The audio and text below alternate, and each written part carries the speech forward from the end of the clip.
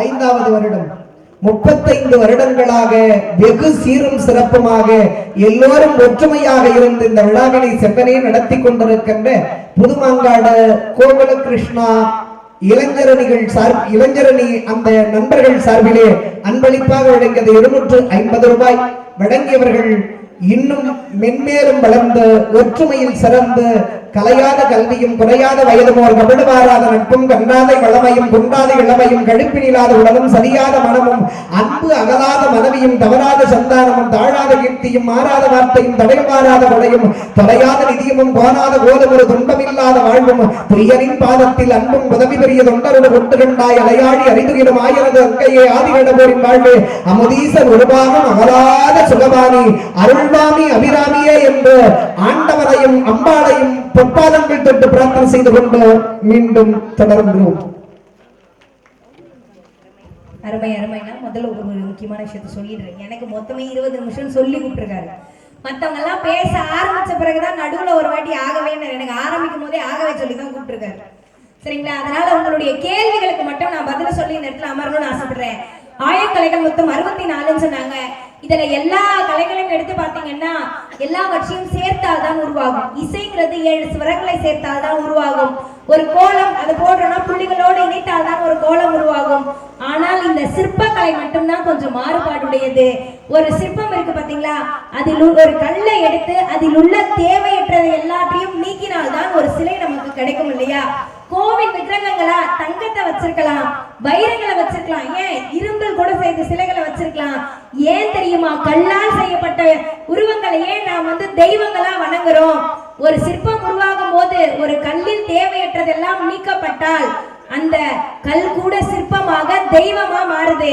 மனிதனே, உன்னுள் உள்ள தேவையற்ற எண்ணங்களை எல்லாம் நீ நீக்கிவிடு, நீயும் மனிதத்திலிருந்து தெய்வத்தன்மையை அடைய முடியும் என்பதை சுட்டி காட்டுவதற்காகத்தான் எல்லா கருவறையிலுமே கல்லால் செய்யப்பட்ட தெய்வத்தை. உண்மை ஒரு சில பேரை அவரவருடைய குறைகளை மட்டுமே எடுத்து கூறுவதற்கு இருப்பார்கள்.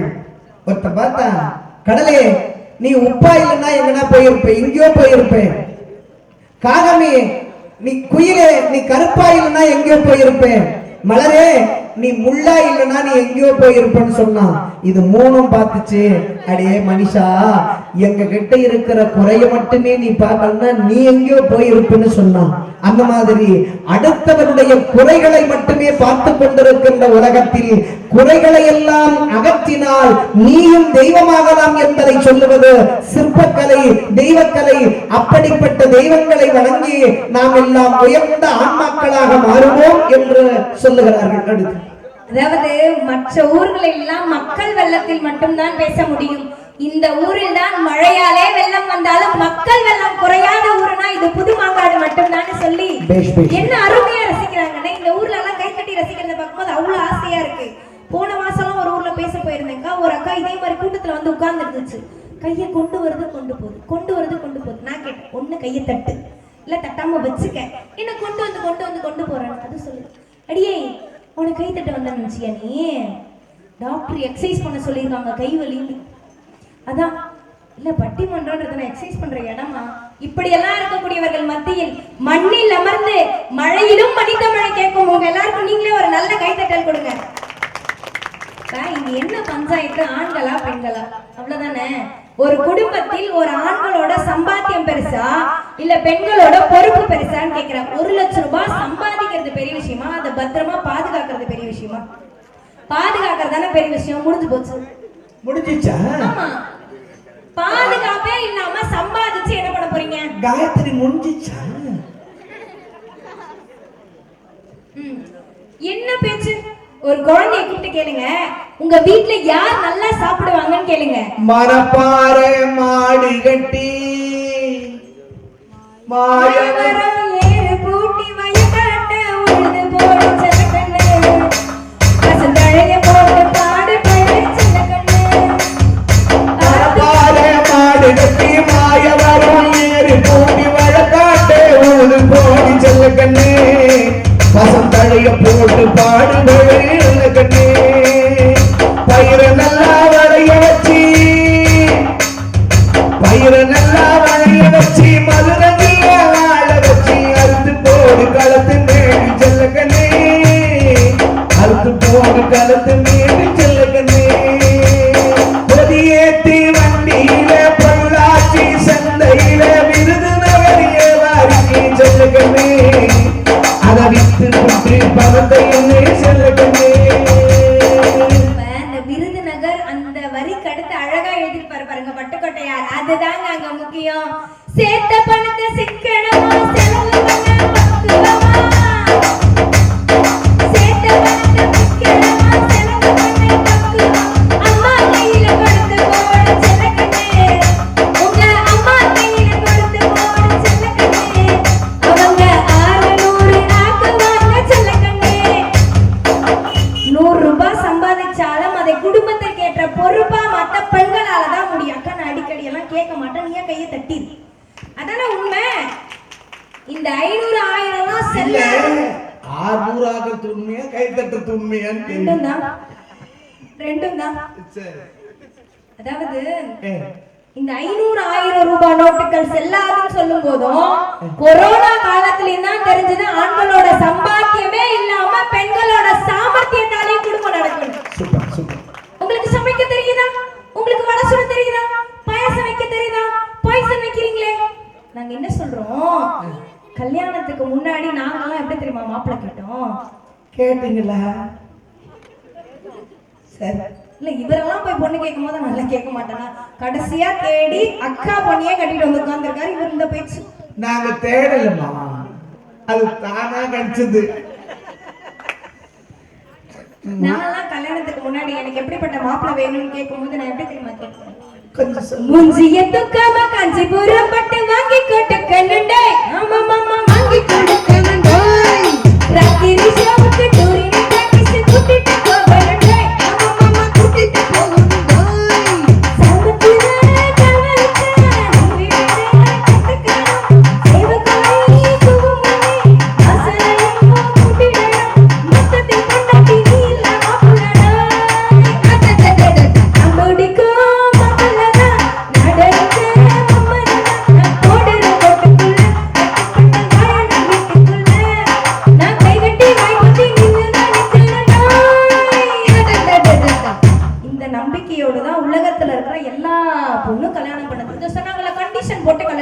எல்லா பொண்ணும் சொல்லட்டுமா? நீ என்ன சொன்ன? இருங்க வரேன். எல்லாருமே என்ன சொல்றோம், எனக்கு என்னவோ தெரியலக்கா, எல்லாருமே யோசிச்சு பாருங்க, இது உண்மைனா கை தட்டுங்க. கல்யாணத்துக்கு முன்னாடி நம்ம கிட்ட மாப்பிள்ளைய பத்தி ஒரு வரலாறு சொல்லியிருப்பாங்க. உலகத்திலே என் பிள்ளைதான் தங்கமான பிள்ளை, உலகத்திலே என் பிள்ளைதான் பொறுப்பான பிள்ளை, ஊர்லயே எங்களுக்கு தான் பெரிய குடும்பம், கௌரவமான குடும்பம், வசந்த குடும்பம். ஆனா இங்க வந்து பார்த்த பிறகுதான் எல்லாமே வேற மாதிரி இருக்கும். இது பரவாயில்ல, எங்க பக்கத்து வீட்டு பொண்ணு சென்ட்ரல் கவர்மெண்ட்ல வேலை செய்யறாங்க அப்படின்னு சொல்லி கல்யாணம் பண்ணி வச்சேன். சரி. ரயில்வேஸ்ல வேலை. சரி. ரயில்வேஸ்ல வேலைன்னா நீங்க என்ன வேலைன்னு யோசிப்பீங்கல்ல, டிரைவரா ட்ரெயின் ஓட்டுறவரா இருக்காரான்னு யோசிக்கிறீங்களா? இருக்கிட்ட ஒரு 80,000 லட்சம் ரூபாய் சம்பளம் வாங்குவாரோ? இல்ல டிடிஆரா டிக்கெட் இல்லக்கா, சென்ட்ரல் கவர்மெண்ட்ல வேலை செய்யறாருன்னு சொன்ன ஒரே காரணம். ஒருவேளை ஆபீஸ்லயே உட்கார்ந்து இந்த டிக்கெட் வசூல் பண்றாரா? இல்ல இல்ல. ஆனா உண்மையா சொல்லணும்னா ஒரே ஒரு ஹிண்ட், கல்யாணத்துக்கு அப்புறம் அந்த பிள்ளைகிட்ட கேட்டேன் நான், ஏமா சென்ட்ரல் கவர்மெண்ட் வேலைன்னு சொல்லி உனக்கு கட்டி கொடுத்தாங்களே உன் வாழ்க்கை எப்படி இருக்குன்னு கேட்டேன். ஏங்கா கேட்கிற, ரயிலை விட மோசமா இருக்குன்னு. ஏமா ரயில்வேஸ்ல வேலை செய்யறாருன்னு சொல்றியான்னு கேட்டேன். ரயில் நின்னா என் புருஷன் ஓடுவாரு, ரயில் நின்னா என் புருஷன் ஓடுவாரு, ரயில் ஓடுனா என் புருஷன் நிப்பாரு. நான் சொன்னேன், என்னம்மா ஸ்டேஷன் மாஸ்டர் கரக்கொடி எல்லாம் காட்டாரா? நானும் கேட்டேன். கேட்டேன். கல்யாணம் வந்து 6 மாசம் கழிச்சுதான் அந்த பொண்ணு சொல்லிச்சு, அதே ரயில்வே ஸ்டேஷன்ல சமோசா சமோசா சமோசா சமோசா சொன்னா அப்படின்னு வித்துட்டு இருக்காரு. உண்மையை மட்டுமே சொல்லி என் புருஷன் என் காலத்துல தாலி கட்டினான்றவங்க எல்லாம் கை தட்டுங்க பாக்கலாம். யாருமே தட்ட மாட்டாங்க, இறுக்கி வச்சு. என்கிட்ட உண்மையை தவிர எல்லாத்தையும் சொல்லி தாலி கட்டினவங்க எல்லாம் கை தட்டுங்க பாக்கலாம். ஒரு முறை அப்புறம் வேகமா ஒரு அக்கா கை தட்டுது. நாங்க எது அப்படி அவங்க வீட்டு ஆளுங்க எல்லாம் வந்தா நாங்க வந்து மட்டன், எங்க வீட்டு ஆளுங்க வந்தா மட்டனா செய்யறோமா, இவங்க வீட்டு ஆளுங்க வந்தா மட்டன் எல்லாம் பேசணும். அப்படியே வாழைப்பழம் மாதிரி பேசுவாங்க. பேசுறத பார்த்தா எப்படியா பட்டவங்க வீட்டுருவாங்க, பேசியே கவர் பண்ணுவாங்க. நாங்க வந்து எங்க வீட்டுல இருக்கவங்க வந்தா மீன் குழம்பு வைக்கிறோமா, இவங்க வீட்டுல இருக்கவங்க வந்தா மீன் போன குழம்பா வைக்கிறோமா. ஏன் ஏன் வைக்கிறோம்? ஏன் வைக்கிறோம்? ஏன் வைக்கிறோம்? அதான் நான் கேக்குறேன். ஏன் வைக்கிறோம்? ஏன்னா எங்க அண்ணன் ஏன் தம்பி எல்லாம் வீட்டுக்கு வந்தா சாப்பிட்டுட்டு போனா அவங்க எங்க வீட்டுல போய் எங்க அப்பா அம்மா கிட்ட என்ன தெரியுமா சொல்லுவாங்க, அம்மா டிக்குச்சி டம்ளரை வைத்துக்கிறாளம்மா, போய் பாருமா என்ன விதமா சமைச்சு சூப்பரா போடுறா, அவ்வளவு பொறுப்பான பிள்ளையாயிட்டாமா கல்யாணத்துக்கு அப்புறம் சொல்லுவான். உங்க அண்ணன் தம்பி எல்லாம் உங்க அக்கா தங்கச்சி எல்லாம் வந்தா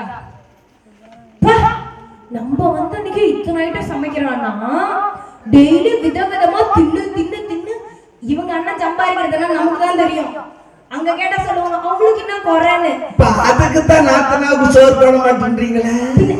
நாங்க என்ன கேக்குறேன், நான் நாத்தனாருக்கு போட மாட்டேன்னு சொல்ல, லைவ் டெலிகாஸ்ட் போட்டு இப்படி எல்லாம் பேசக்கூடாது, நல்லா இருக்க குடும்பத்தை முன்னெடுத்து போயிடாதீங்க.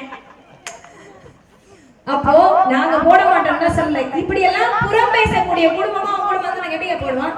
இது பரவாயில்லக்கா, ஏன்னா புருஷன் பெருமையா பேச, புருஷன் நாங்க எவ்வளவு கஷ்டப்படுறோம் சொல்றீங்களே, இன்னைக்கு உங்களுக்கு வேதனை இருக்குன்றதுக்காக நீங்க எல்லாம் மதுக்கடையை தேடி போறீங்களே, எங்களுக்கு எல்லாம் வேதனையே இருந்தாலும் கோவிலை தவிர வேற எதையாவது நாங்க தேடி போறோமா சொல்லுங்க பாக்கலாம். இவ்வளவு அழகா என்ன பேசுறீங்க? அதுவும் யூனிஃபார்மா வரீங்கல்ல. யூனிஃபார்மான பிறகுதான் எனக்கு ஒரு விஷயம் ஞாபகம் வந்துச்சு. நிஜமா நான் ஒரு ஊர்ல போயிட்டு இந்த மாதிரி பேசிட்டே இருந்தேன். ஒரு அக்கா திடீர்னு ஏந்து ரோஜா அப்படின்னு ஒரு 12 பேர் வந்து போயிட்டாங்க. ஆமா 12 ரோஜா உட்கார்ந்து இருந்துச்சா? இருங்க, அடுத்து ஒரு அக்கா ஏந்து முல்லை அப்படின்னாங்க. அடுத்து ஒரு 12 பேர் போயிட்டாங்க.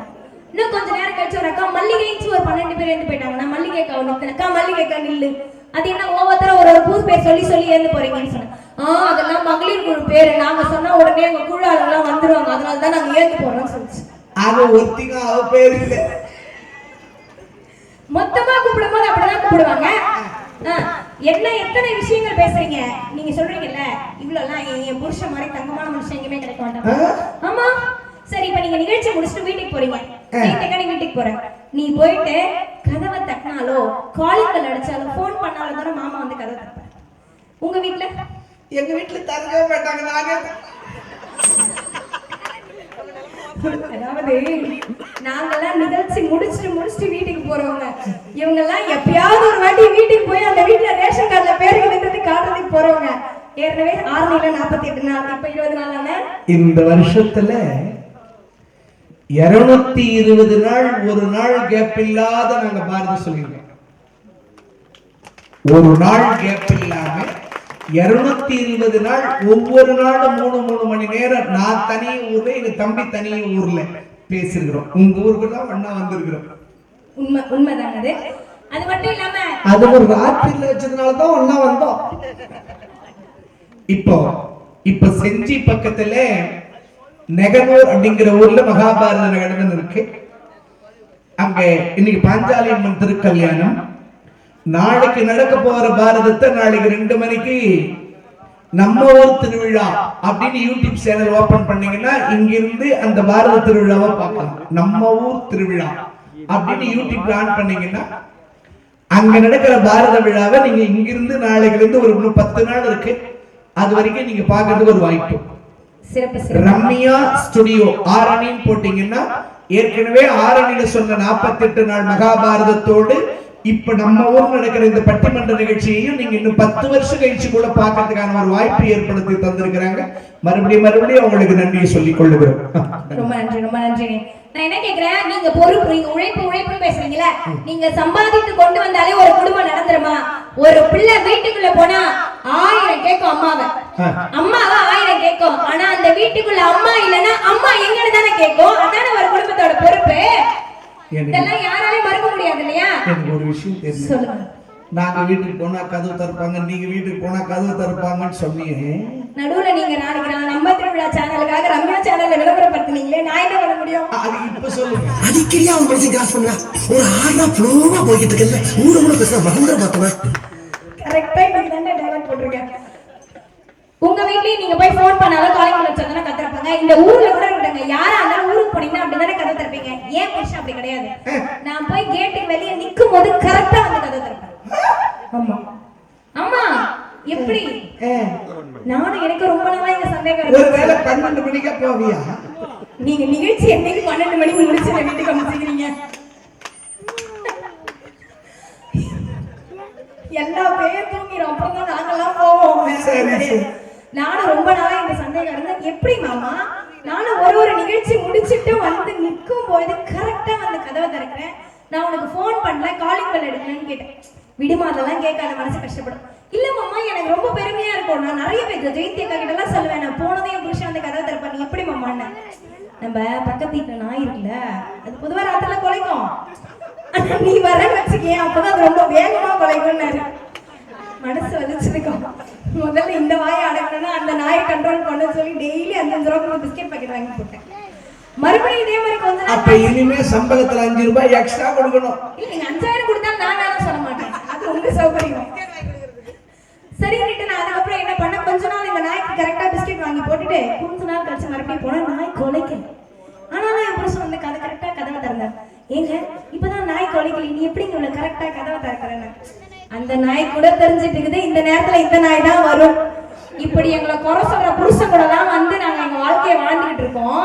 இவங்களுடைய உழைப்பு தான் அக்கா. நல்லா யோசிச்சு பாருக்கா, நான்லாம் இது வரைக்கும் 1 ரூபாய் கூட லோனே வாங்காம குடும்பம் நடத்துறவங்க யாராவது இருக்கீங்களாக்கா? நான் லோன் வாங்கிதாமா என் பாதி குடும்பத்தை நடத்துறவங்களா கையை தட்டுக்கா. உண்மையா நீ தைரியமா கட்டு. இங்க இருக்கிற யாரும் லோன் வாங்குற அளவுக்கு இல்லம்மா. மகளிர் குழுல எந்த குழுல? மகளிர் குழுல இருக்கிற அக்காலாம் கை தட்டுக்கா. நீ பதறாதக்கா, தட்டுக்கா. நம்ம HDFC மேனேஜர் கிட்ட சொல்லி தனியா வாங்கி தர மாட்டேங்க லோன் வேணாலும். இவங்க எல்லாம் பணம் சேர்த்து பேங்க்ல போட்டு வச்சுக்கிறாங்க. இவ்வளவு நாள் எங்கடா இருந்தீங்க? நீங்க எல்லாம் ஆரம்பத்திலே என் கூட இருந்திருந்தா ஒருத்தன் என்னை அடிச்சிருக்க முடியுமா? அப்படிதான் வந்து உடனே எங்க அண்ணன் அப்படியே நேரம் கோயம்புத்தூருக்கே போயிருப்பான். அவனுக்கு தெரியும் என்னை பத்தி. என் அண்ணன் தம்பி எல்லாம் புரிச்சது நீங்க தானே, என் அக்கா தங்கச்சி எல்லாம் புரிச்சது. நான் என்ன கேட்கிறேன், கல்யாணம் ஆகி வந்த பிறகு ஏங்க தயவு செய்து தம் அடிக்காதீங்க, நாறுதுன்னு சொல்றோம், கேட்குறீங்களா? கிடையாது. அதே வார்த்தையை திரும்ப நாங்க என்ன பண்றோம், ஏங்க தண்ணி அடிக்காதீங்க, உடம்புக்கு கேடு, சரக்கு அடிச்சா உடம்புக்கு நல்லது இல்லைன்னு சொல்றோம். கேக்குறீங்களா?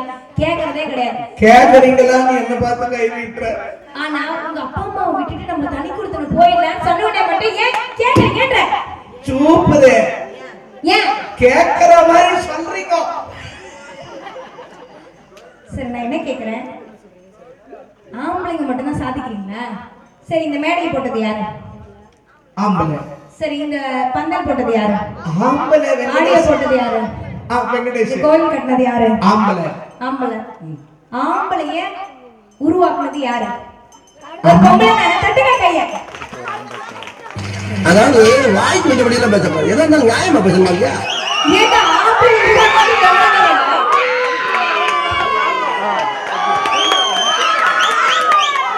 இதுக்கு மேல நான் சொல்ல வரல. நீங்க சும்மா பழைய காலத்திலே பேசிட்டு இருக்கீங்க.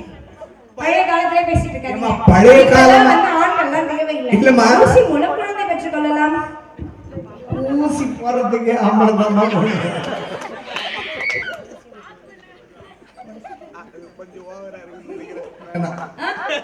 அப்படி இது மட்டுமா, ஒரு குடும்பத்துல ஒரு பொம்பளை கிட்ட ஒரு பொம்பளை பிள்ளை இருக்கு, ஒரு ஆம்பளை பிள்ளை இருக்குன்னு வச்சுக்கோங்களேன். ஒரு பொம்பளை பிள்ளை கிட்ட பொட்டு வாங்கி கொடுங்களேன், சேர்த்து வைக்கும். ஒரு காசு கொடுங்களேன், சேர்த்து வைக்கும். இதே ஒரு வளையல் வாங்கி கொடுங்களேன், சேர்த்து வைக்கும். ஆனா ஆம்பளை பிள்ளை கிட்ட எதை வேணாலும் வாங்கி கொடுங்களேன், 24 மணி நேரத்துல எல்லாம் தனித்தனியா இருக்கும். உண்மையா பொய்யாக்கா? எனக்கு தெரியாது, அடுத்த நிகழ்ச்சி கூட தான் ஞாபகம் இருக்கட்டும். எத்தனை விஷயங்கள் இருக்கு, இவ்வளவு பேசுறீங்களே.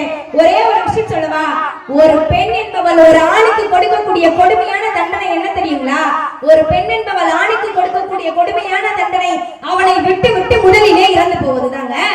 உப்பு அதிகமா போட்டு உப்புமா கிண்டி இருக்கடி, காரமா இருக்கடி, நீ வச்ச கார குழம்புன்னு பரவாயில்ல சாப்பிடுங்க, பரவாயில்ல சாப்பிடுங்கன்னு ஒரு பெண் சொல்லுவா.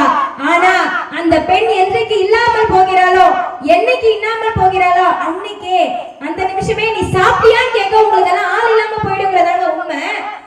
ஒரு ராத்திரி 12 மணிக்கு 1 மணிக்கு நீங்க லேட்டா வரும்போது திட்டுற பொண்டாட்டியதாங்க உங்களுக்கு தெரியும். ஆனா இன்னமும் வரலையே நினைச்சு ஏங்குறது பெண்களுக்கு மட்டும்தாங்க தெரியும். ஒரு குடும்பத்தோட பொறுப்புங்கிறது என்ன தெரியுமா? ஏங்க நீங்க ஒரு தொழில் பண்ணீங்க, அது என்ன ஆச்சுன்னு கேட்கும் போது அது நஷ்டமா போயிருக்கும், மேல வர முடியாத சூழ்நிலைக்கு தள்ளப்பட்டிருப்பாங்க. அந்த சூழலில் நிற்கும் போது என்ன பண்றதுன்னு தெரியலையே, 5 லட்சம் ரூபாய் நஷ்டமா போச்சு, பொண்டாட்டி கிட்ட சொன்னா திட்டுவாளோ, பொண்டாட்டி கிட்ட சொன்னா என்ன பண்ணுவாளோ, சுத்தி சுத்தி சொல்லி ஊர்ல இருக்க மொத்த பேர்கிட்டயும் போய் சொல்லுவாங்க. ஆனா இது மனைவி காதுக்கு வரும்பொழுது என்ன பண்றதுனே தெரியலடி, மொத்தத்தையும் இழந்து நிக்கிறேன், என்ன பண்றதுன்னு கேட்கும்போது பொண்டாட்டி ஒரு வார்த்தை சொல்லுவா, யோ பிறக்கும் போதே எல்லாத்தையும் கொண்டு வந்தா பிறந்தோம், விடியா பாத்துக்கலாம், இது இல்லைன்னா நாளைக்கு நல்லா வாழ முடியுன்ற தைரியத்தை ஒரு பெண் கொடுத்தா மட்டும்தாங்க அந்த ஆணால நிமிர்ந்து நிக்க முடியும். இவ்வளவு வேணாங்க. ஒரு பையன் இருக்கான், எங்க பக்கத்து வீட்டு பையன், பெங்களூர்ல வேலை செய்யறான், மாசம் 80,000 ரூபாய் சம்பளம் வாங்குறான்.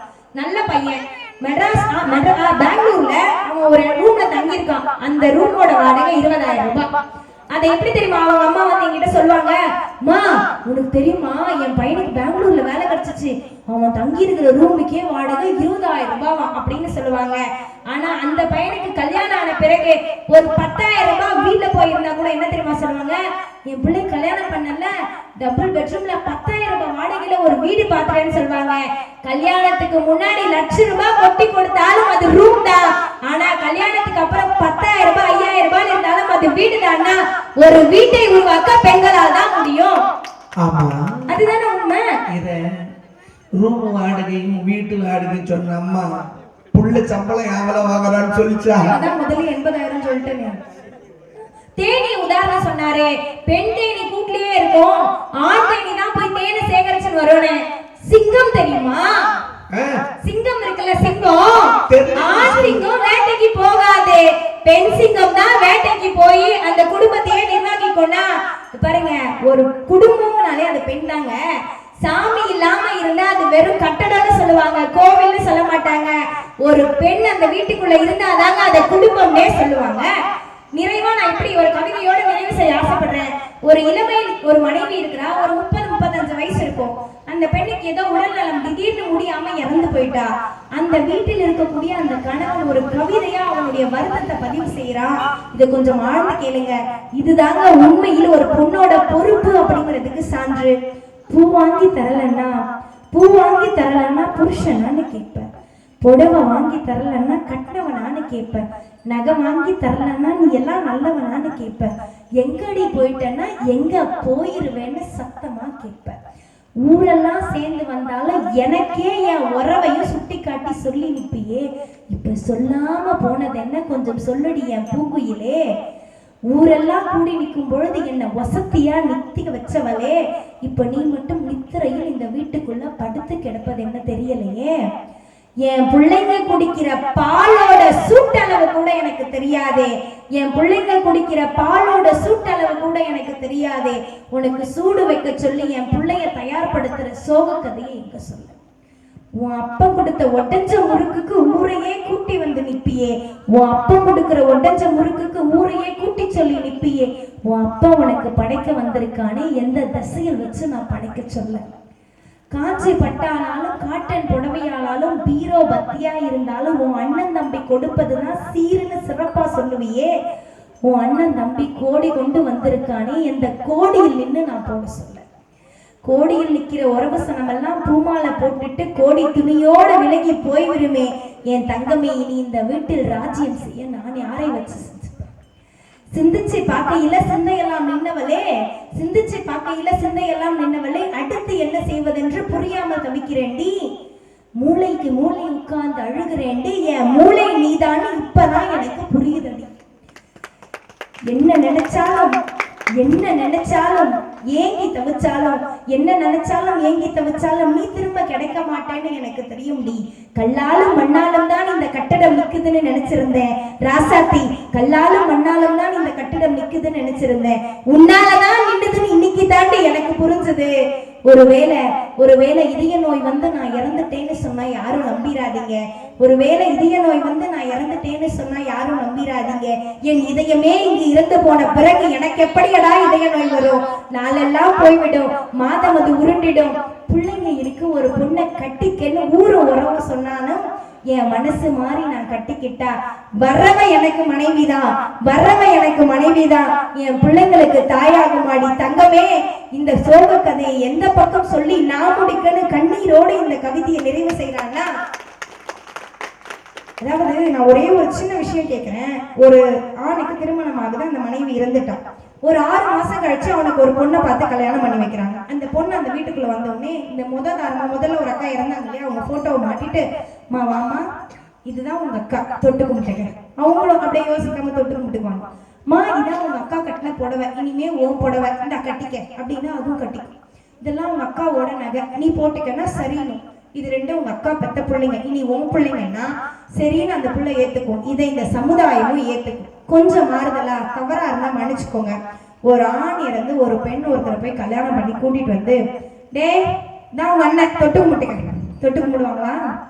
இதான் உங்க அண்ணனோட 100 ஆயிடு, இனிமே இது 100 ஆயிடு போட்டுக்க அப்படின்னா இது சரியா இருக்குமா? இதுதான் உங்க அண்ணன் போட்ட செருப்பு, இனிமே உன் செருப்பு. இது ரெண்டும் உங்க அண்ணனுக்கு நான் பெத்த பிள்ளைங்க, இனிமே உன் பிள்ளைங்கன்னா இதை இந்த சமுதாயம் ஏற்றுக்கொள்ளுமா? கண்டிப்பா ஏற்றுக்கொள்ளாது. இங்கே மறுமணம் என்பது கூட பெண்களுக்கு இன்னமும் மறுக்கப்பட்டிருக்கிறது. அதை விட பெண்கள் அதையெல்லாம் விலக்கப்பட்டிருப்பதற்கு காரணம் என்ன தெரியுமா? அவர்களுடைய பிள்ளைகள் தான் தன் வாழ்க்கையின் பொறுப்பையே முசத்தி பார்க்கக்கூடியது. பெண்கள் பெண்கள் பெண்கள்னா ஒரு சம்பாத்தியம் இல்லாம குடும்பம் நடக்கும்னு கொரோனா காமிச்சிச்சு. பொண்டாட்டி இல்லாம குடும்பம் நடக்கும்னு காமிக்க எதாலுமே முடியாதுன்னு சொல்லி வாய்ப்பளித்த அனைவருக்கும் நன்றி கூறி விடைபெறுகிறேன். நன்றி, வணக்கம்.